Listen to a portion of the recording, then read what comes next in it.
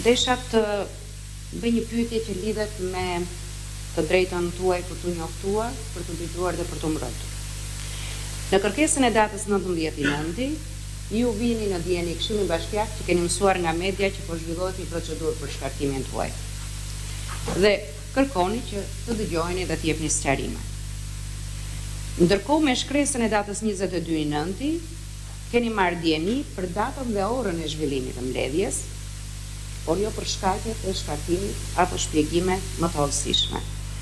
Ju është thënë që në rast pamundësie pjesëmarrje fizike, i sillni opinionet me shkrim. Edhe në 23 ju është dhënë një përgjigje nga Këshilli me fokusin që pjesëmarrja juaj nuk është ndaluar me vendim të Këshillit Bashkiak. Dhe përsëri ju rikujtohet që mund të sillni mendimet tuaja me shkrim. Pyetja ime është kjo.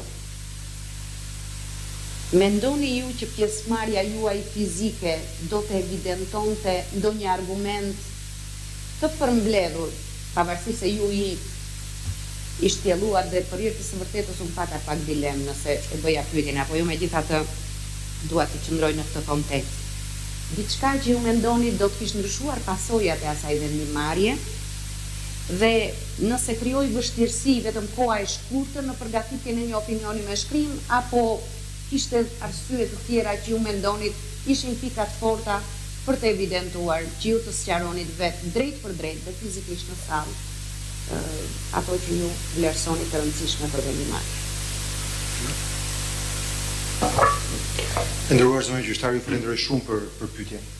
Në 10 vitet e eksperiencës si kryetari i Bashkisë Tiranës ka 2 mënyra se si thirret Këshilli. Ose thret kryetari i Bashkisë për vendimet e veta, qofshin nga ato që janë rutinë, ndihma ekonomike, pagesat e qirave mujore, apo në vendime të rëndësishme siç janë buxheti.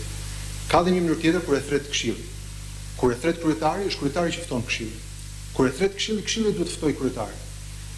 Me shumë respekt dua vetëm t'ju korrigjoj pak në pyetjen tuaj, nuk kam marrë përgjigje nga Këshilli. Kam marrë përgjigje nga sekretari i Këshillit që nuk është antar i Këshillit Bashkiak. Dhe nuk është autorizuar nga Këshilli, Këshilli duhet votonte për këtë ftesë. Sepse Këshilli mund të mblidhet edhe vetë, por në këtë rast kur gjykohet kryetari i Bashkisë, duhet merrte një votim Këshilli Bashkiak për këtë ftesë. Dhe nuk mund ta lindte këtë në një komunikim me sekretarin e Këshillit që nuk është as i zgjedhur, është thellësisht administrativ. Kështu që në këtë sens është shkelur, as nuk jam njoftuar të shohësh nga televizioni i Burgut që po mblidhet Këshilli Bashkiak i Tiranës. Tani flas më me shumë respekt dhe solemnitet për gjykatën, po flas më shumë si me një gjuhë thjeshtë ta kuptojnë të gjithë njerëzit. Unë kam parë një eficiencë me 8 vendime administrative brenda 8 orëve të orarit punës, në datën 24. Do të thënë një eficiencë kur unë kam kërkuar për ndihmë ekonomike, kam kërkuar Këshillin për lloj-lloj situatash dhe duhet lutesh aman t'u japim lekët njerëzve që s'mbyllen dot muaj.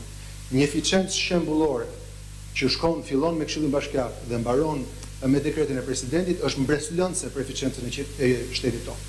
Ne kemi pasur situata të tmeshme, katastrofike, pandemia e tërmetit, dhe s'kan kaluar me shpejtësi kaq madhe nga një vendim në orë, në 8 orët e 8 vendimeve që janë marrë atë ditë. Nga Këshilli te prefektura, ke ministri i linjës, te VKM-ja, te presidenti kështu me radhë.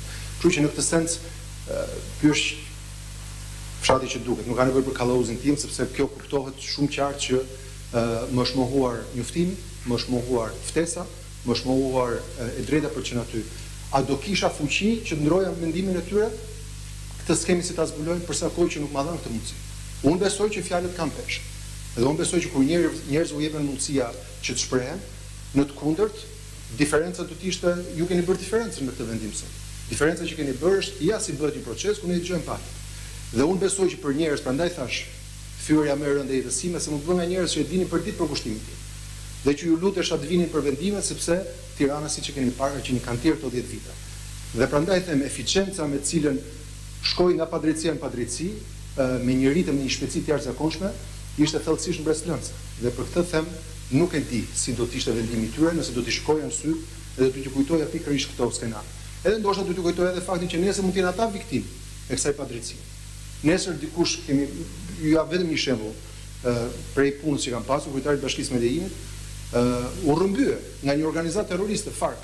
Dhe pastaj u plasi si mod që po të rrëmbesh një kryetar bashkie, krijohen zgjedhje dhe pastaj mund ndoshta të vësh atë që do të thillë nëse s'ka qellove me atë që rrëmbehet. Pra hapet një precedent që mund të shkojë në fantazi nga më ekstreme deri ke padrejtësia që është rasti im konkret. Faleminderit. Po.